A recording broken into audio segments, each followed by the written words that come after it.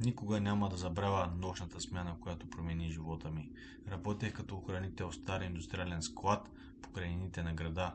Мястото беше огромно, 4 халета, дълги коридори и безкрайни редици от метални стелажи. През деня там работеха десетки хора, но през нощта оставах само аз. Още първата седмица колегите ми разказаха странна история. Преди години в склад номер 17 избухнал пожар. Един работник останал заключен вътре и никога не успял да излезе. Тялото му било открито чак след пожарът. Бил изгасен. Разбира се, приех историята като обикновена градска легенда. До онази нощ беше около 2 часа и 30 минути след полунощ.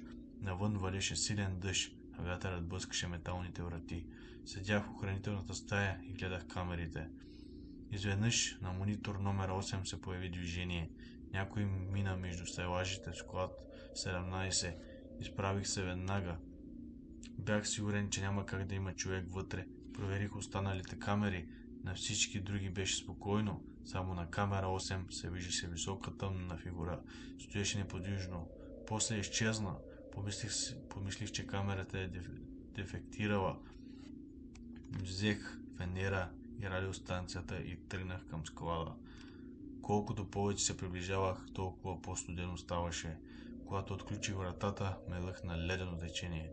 Включих фенера, всичко изглеждаше нормално. Стелажи, кашони, палети и тишина. Започнах да обикалям. След няколко минути стигнах до мястото, където бяха видял фигурата на камерата. Там нямаше никого, но забелязах нещо странно. На прашния пот имаше следи, но не бяха от обувки. Изглежда като отпечатъци от боси крака. Следите продължаваха между стелажите и въпреки, че знаех, че не трябва да ги последвах, и ги последвах. Колкото повече вярвах, толкова по-тихо ставаше. Дори шумът от дъжда отвън изчезна. Сякаш бях попаднал в друг свят. Следите ме отведоха до стара метална врата. Не бяха виждал преди. Беше заключена с тежък катинар. Докато я разглеждах, чух нещо зад себе си. Стъпки, бавни, влачещи се.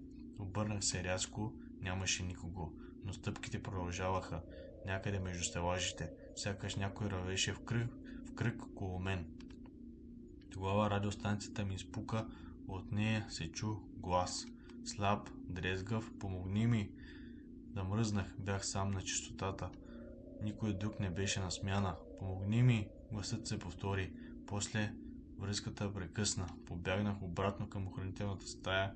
Когато стигнах, веднага прегледах записите. На камера 8 отново се виждаше фигурата, но този път забелязах нещо ужасяващо.